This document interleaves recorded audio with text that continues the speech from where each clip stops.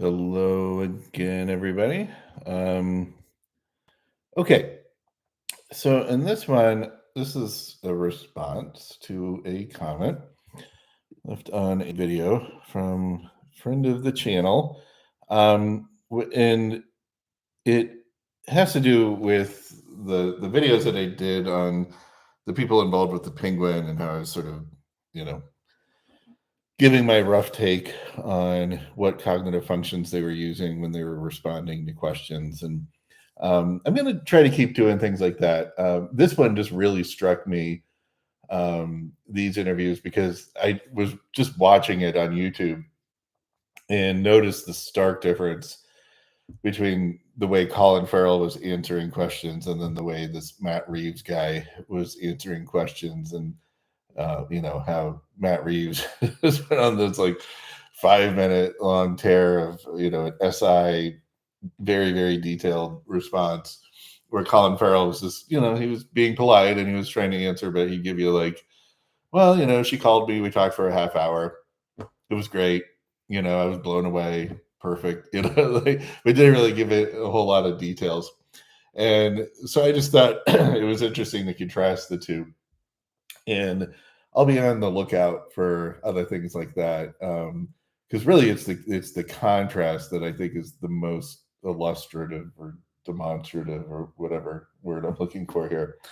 But the friend of the program, Shane, left a comment on one of the videos asking, hey, wouldn't it be cool to do this for the characters on the show? And it got me thinking. Yeah. However, there's going to be there's a lot of caveats to think about when you're doing fictional characters. And that's sort of the point of this video. In future videos, I might actually, go through the process of doing it. But I wanted to just talk about typing fictional characters because, again, that's all part of the little subculture that we're in here, with personality types and whatnot. And of course, there's thousands of memes out there of different Star Wars characters or Harry Potter characters and which cognitive or which personality type they are, and then of course everybody argues about it. And I'm going to talk about the difficulty of doing of typing characters, which is probably obvious to a lot of people, but I just wanted to sort of rant on that, but then also point out that I think there are well-written characters, where it might be worth getting into something like that. So I'll get to that in a second. So first of all, the problems. So, I mean, number one, the most obvious one is we don't know if the writers are actually trying to embody, one of the 16 personality types or MBTI types. I know there are some writers like George Lucas and Star Wars who, notoriously relied on what's his name, Joseph Campbell's book, Hero of a Thousand Faces, which is roughly based off of Jungian stuff and archetypes. I mean, he was more into the archetypes than, so much the MBTI personality types, but he was, specifically trying to, you know, pull from sort of the Jungian personality type, archetype um, motifs, right? And so, so you have the classic Luke Skywalker.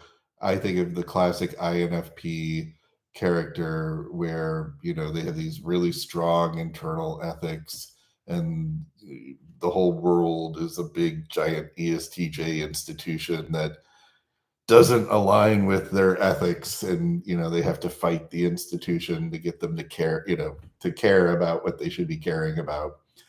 So it's the classic, person with really strong ethics fighting against the big machine, right? The big the non-caring ESTJ machine. Sorry for all my ESTJ friends out there. And then, but the problem is, he starts off as an INFP, and then he has this character arc where he transcends and develops as a character into something, into the Jedi Master that Luke Skywalker eventually becomes. And there's no way that Luke Skywalker in Return of the Jedi is an INFP, right? Um, he's got way too much SE, right? So if an INFP is SE polar, then him doing all crazy stunts and fights with the lightsaber, yeah, that's not going to happen with an INFP. And so so then you have to think about, okay, well, what's the point of the story? The story is literally getting him to sort of quote unquote develop into this SE monster, this SE superpower, and at the end of the Star Wars movie, I mean, he's literally told, use the force to pull the trigger, right? So if he's SE polar, he's having problems with doing SE stuff.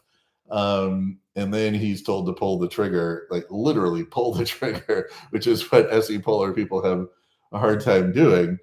Um, that is sort of his character development. That's his big, transcending moment, and then he becomes something else, right? So for me to sit here and say, Luke Skywalker is an INFP is a little weird, right? Because he's not, in Return of the Jedi. And I can, everybody will swarm into the comment section and be like, if he's INFP, why is he so good with the lightsaber and blah, blah, blah. And I would say, well, that's the whole point of the story is to show that he could develop this thing that he was weak in and transcend. And sort of riffing off of my previous video where I was like, don't even bother, trying to develop your polar function. That's sort of counter to what stories are trying to do. Stories are trying to show you a character arc and show you them going from a weakness and then becoming stronger in that, right? Um, or maybe the other way around, where they might be too strong in one thing and then sort of realizing, that they're flying too close to the sun or something and sort of balancing everything out. But, so it's a very Jungian sort of, individualization kind of approach to things. Now, I don't think George Lucas was sitting there talking about, Luke Skywalker being SE polar and let's, develop his SE and that's his transcending character arc story. I seriously doubt that, but I think it just the way all this stuff sort of works inherently that's just what it becomes, right? That he develops the strength to trust in his FI and battle the big ESTJ empire, right? And I'm not saying Darth Vader is an ESTJ, by the way. Way too much NI going on there. Anyways, so that's one of the inherent problems with trying to type characters, because the whole point of stories is to or at least a lot of these sort of coming of age type of stories is to develop characters in a way where they change over time, right? And so trying to say that a character is one type, you're just opening yourself up for all the attacks of, wow, he was an INFP, he wouldn't be able to do all the crazy flips and stuff. I get it. Same with like Walter White, right? So Walter White from Breaking Bad, plenty of digital ink has been spilled on whether or not he's an ENTJ or an INTJ. And if he's an ENTJ, it doesn't make sense that, if he's a chemist with all this sort of SI knowledge, he would have been SI polar. So that you sort of had to discount that. And then people are like, well, he's this criminal mastermind and the INTJ is the mastermind. So he must be INTJ and he's smart and cunning and manipulative and always thinking 2 steps ahead. But INTJs are theoretical. He was way too, much of a a chemist that, in practice, he what non he knew the theory, but he was more of a practical, you know chemist. He was making the perfect meth. I don't INTJs hand wave too much of that stuff, the actual process stuff. They don't do process. They do explaining. Like, they explain, the theory behind it, why these chemicals act the way they do. And I get it, he knew that stuff too, but he wasn't the one thinking of it or coming up with it. He just knew the process. He knew how to do the process. So I hate to tell you, but one of the most interesting characters, of all time was probably an ISTJ. It was probably just a regular old ISTJ that was really good at chemistry. But of course, nobody wants to hear that Walter White was an ISTJ, because that just doesn't match with the whole mastermind um, sort of theory behind him. And of course, you can probably find plenty of clips of him doing INTJ things and not ISTJ things. And that leads me to my next point, is that, when these stories are being written, sometimes they have to go off and have characters do things that are out of character, right? That's what makes stories interesting, is you have, the sort of milk toast ISTJ chemistry teacher who all of a sudden becomes this badass. I mean, it's literally out of character, right? And so what is his personality if he's acting out of character all the time, right? Um, and that's what makes the show interesting, right? Is that sort of character arc where he starts off as one thing and he turns into something else, right? And I just don't think that in the real world, and personality types, they don't change like that, or at least not drastically like that, right? um Now, some of the side characters that are sort of consistent, like the Mike character in Breaking Bad, you could make some pretty good cases for them. But once the character starts getting more and more developed and they start paying more and more attention to them, then again, they start having them do things that are out of character, or that it's not really going to fit their personality. So then again, you're just inviting yourself for the swarm of YouTube commenters of like, well, there was that one episode where he was clearly engaging in FE, and you're saying he's FE polar. Okay, fine. But writers have freedom. They don't have to stick to how people actually are. Um, and so, so you always run into that problem, because just as you think you figured out what a character is, they go and change it on you, right? Another good example would be Batman. For years I've been seeing everybody typing Batman as an INTJ, again, because he's this mastermind and he's brooding and he's introverted but cunning and calculating and everything. But go find me an INTJ. I will pay you $1,000. Go find me an INTJ who can kick the shit out of 10 different people in a fight, right? And I know he went and trained in the mountains under, some ninjas or something. But find me an INTJ. We'll fly him out to the mountains. He can go train with the ninjas for 6 months, come back, put him in a fight against 10 people. He's still getting his ass kicked, right? And so maybe he's an INTJ in some respects, but when he's out there fighting criminals and driving his Batmobile and jumping off of buildings and everything, that's not INTJ behavior. At best, it's ISTP or ESTP, right? But so people who are writing these stories, they have all the freedom in the world to kind of make the character a quote unquote Mary Sue, right? Where they're really good at everything or lots of things.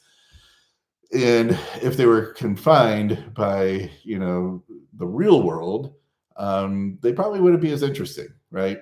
And you don't want to, I mean, would it really be that interesting to watch an INTJ, crime fighter?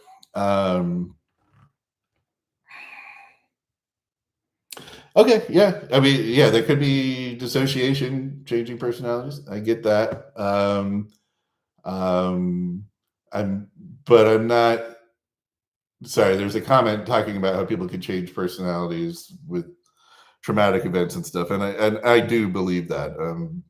And I think there's plenty of data showing that. Um, I don't know where that comes from. I don't have the foggiest, but it would be interesting to study their brain activity and see if you see different functions coming in and out. But I think, and I don't want to say the normal population, but for 99.9% of the population, they're pretty much going to stick with whatever personality they've got, barring some sort of traumatic event that leads to dissociative personality. But that's interesting. Okay, so back to Batman and writers and fiction, you know, and then sort of the last point is the authors. If you're going to try to type somebody, you know, you have to sort of assume that the authors who are developing these characters know what they're doing and they're going to stick to it, and they sort of follow like they know the model well enough and stick to it. And so what you ultimately end up getting are just sort of rough archetypes, right? Archetypes that are sort of close to a personality type, but you could maybe use an INTJ, maybe use an ENTJ, maybe use an ENTP. I don't know. But, it's sort of in that area. And then as they develop, they may sort of change in some respects.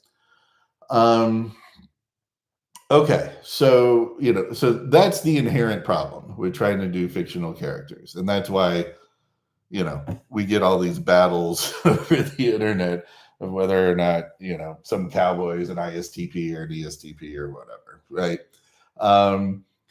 And then people are pointing to different parts of the story or different scenes or different events and trying to make their case, right? And then it just becomes, again, a battle of who can shout the loudest, and sort of a war of attrition. But I do think that there are some characters that are written well enough to where they really do sort of follow the archetype, or some sort of personality, like close enough to where it's just sort of interesting to talk about, even if it isn't 100% on point, right? Even if they make some deviations along the way, or they sort of develop, along the way, and individualize and develop weaker functions. It still could be interesting to talk about, and pointing out some scenes as well, where they're sort of engaging in a certain type of cognitive function. But again, that sort of depends on the writing, it depends on the actors, all that kind of stuff. And one example that comes to mind, and I was going to try to make a video, but I'm having a really hard time finding clips on YouTube, and which means I'm going to have to like go through the show and find the various scenes that I'm thinking about, and I have no idea how I'm going to do that, or if I'm going to have the motivation to. But the show that I'm thinking about is Only Murders in the Building, with Martin Short and Steve Martin, Selena Gomez. And it's the class, and I think it's a good example of sort of an MBTI type of relationship.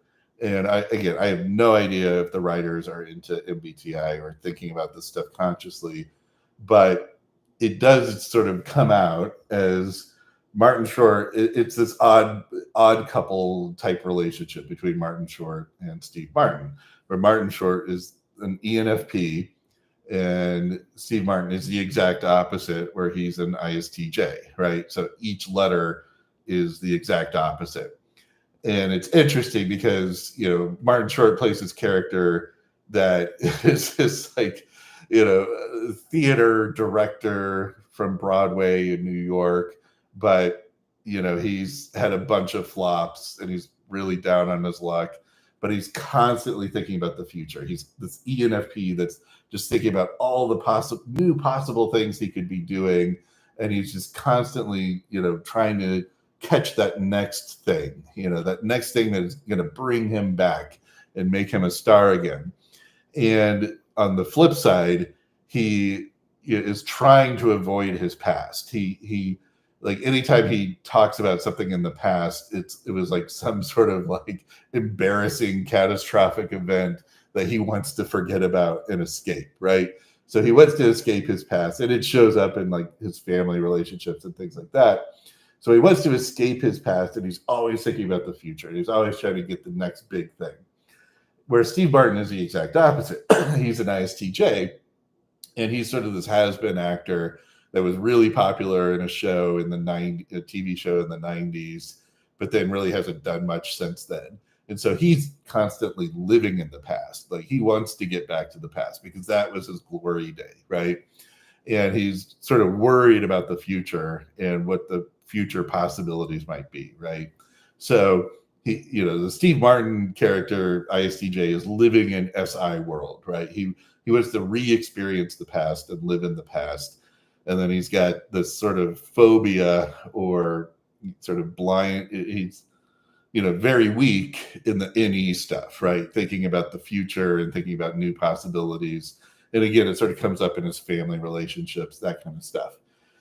Where the Martin Short character, constantly living in NE world, thinking about the next big thing, the next thing he's going to do, how he's going to, have his, big comeback and, new plays that he could direct, stuff like that. And so he's living in NE world, and he's avoiding the past. He does not like thinking about the past or bringing up things from the past. And so his inferior function, SI, he's ignoring, right? So you have this dynamic between the two characters where they sort of play off each other, where one is living in the past and one is living in the future. And, hilarity ensues.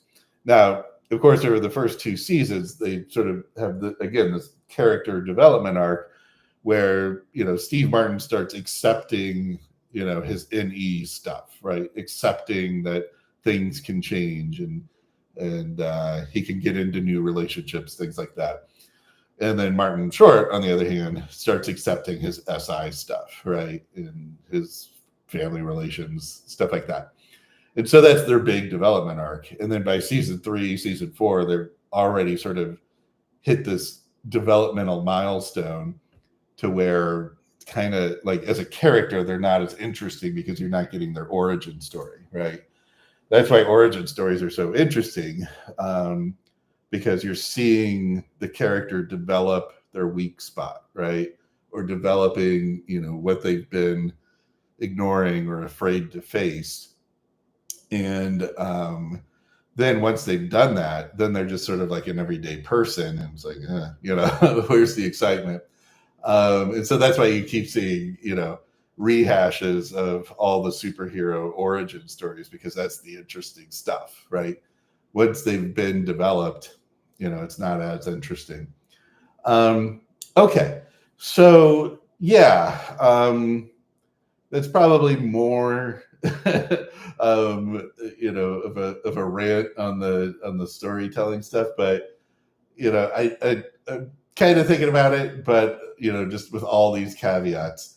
And then I also think just sort of watching people, actual people, whether they're celebrities or whatever, doing interviews is, to me, more just sort of seeing the functions in the wild, right?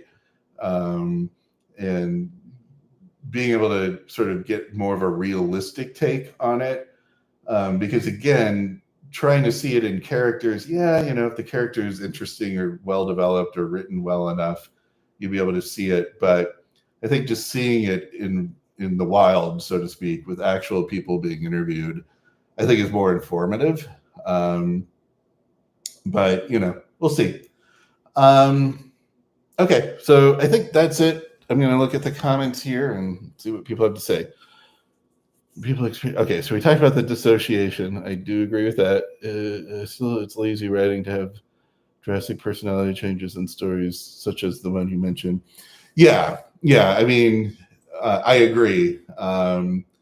Now, I mean, part of it is sort of the point, like the Luke Skywalker or the Harry Potter, those, or Lord of the Rings, Frodo type stuff, where they start with a weakness and then they develop and they become this individualized character, this hero, is the point, right?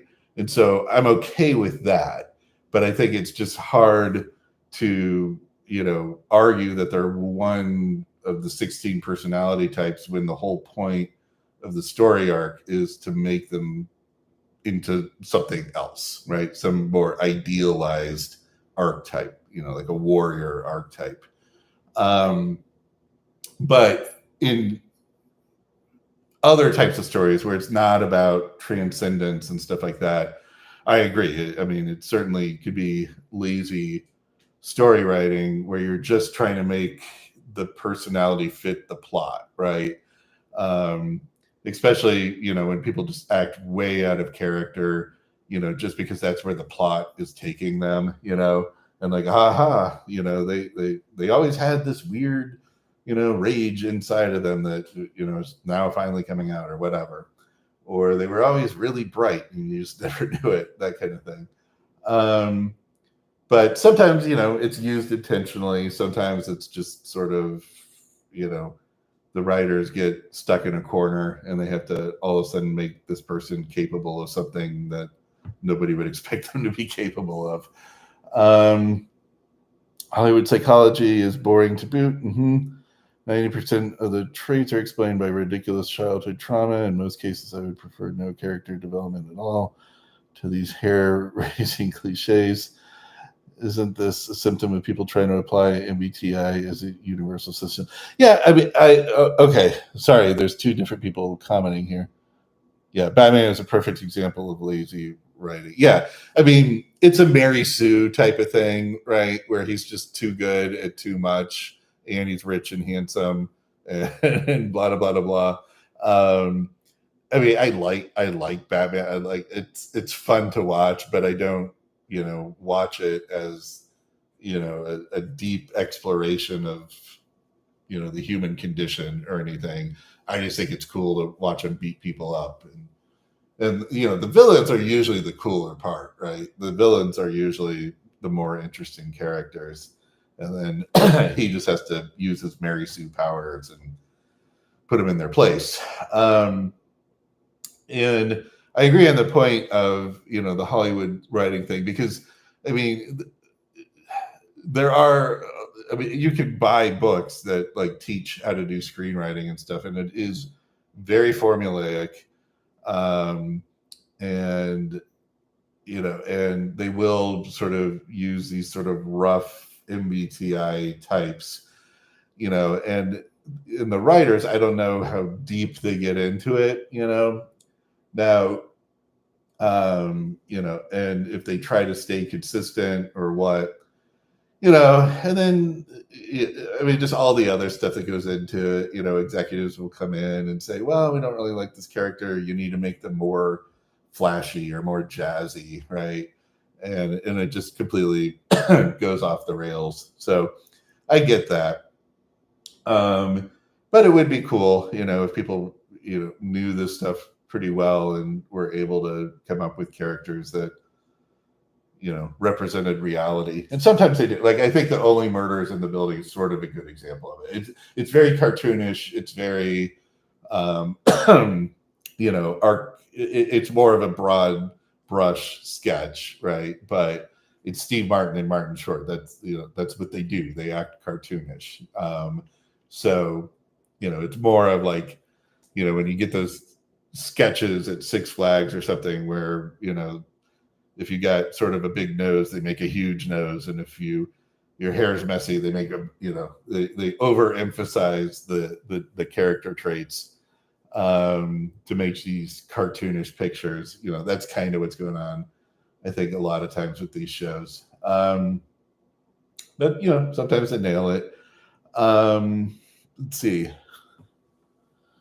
Isn't this a symptom of people trying to apply MBTI as a universal system?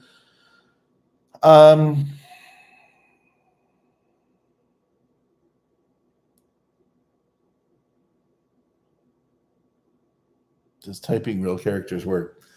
Well, I mean, that's kind of what the video was about. You might want to go back and look. But yeah, I mean, MBTI is a universal system. I don't know. I mean, there's only so much that writers can actually do, right? Um, I mean, to make people realistic. Because the other thing is, unless you're watching a documentary, do you really want to watch, somebody who just like completely maps on to a personality type?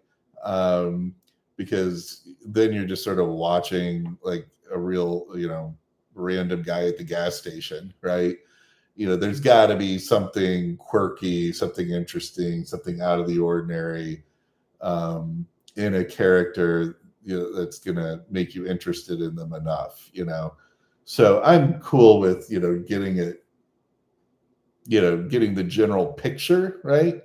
And having some freedom, to work with the character and make them a little bit more interesting, a little bit more cartoonish than, just videotaping some random guy at the gas station that's just not interesting at all. So yeah, just typing real characters work. It was almost as bad as astrology. Well, yeah, this stuff is always just as bad as astrology, but at least we've got some data and a rough explanation of where it comes from. The types, that is. Where astrology, you just have no explanation of where it's coming from and no predictive value. This at least has an explanation of where it's coming from and some level of predictive value. So it's better than astrology there. It's not completely random like most people would have you believe. Okay, let's see here.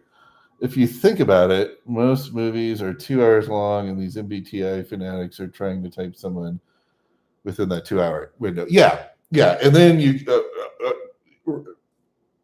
so not only do you only have 2 hours, right? So if they're going to try to make somebody an ESTP, they got to make them an EST, like a supercharged ESTP right away, right? And they're probably not going to be focusing on too much of the nuances. Like basically go with the dominant function and, make their inferior function sort of a weakness or something they're oblivious to.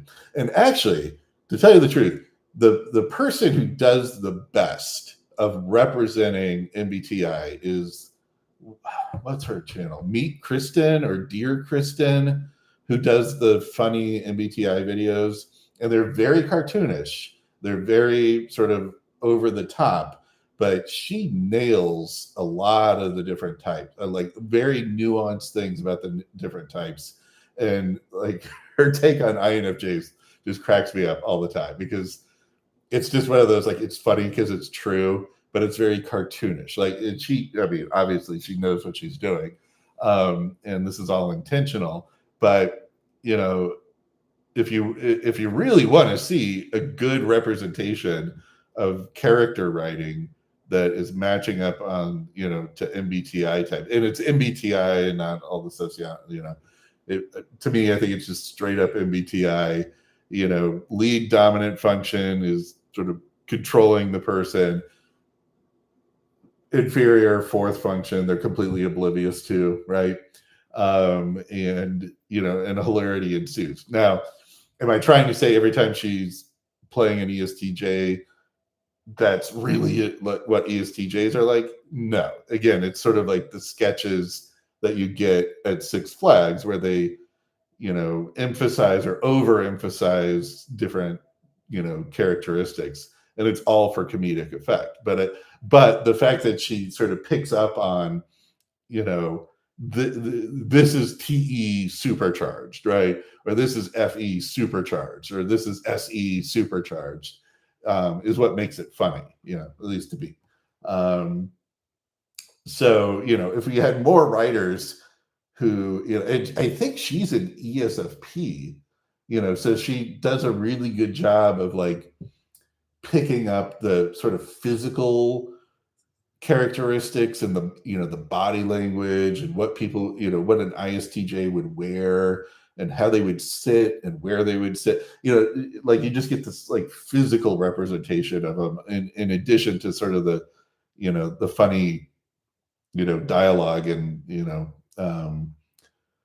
character stuff. And it would be cool if writers had that much sort of insight into the types. And I think the people who wrote Only Murders in the Building probably had some sort of insight, because it's so obvious that it's an ENFJ and an ISTJ, which are again exact opposite letter wise.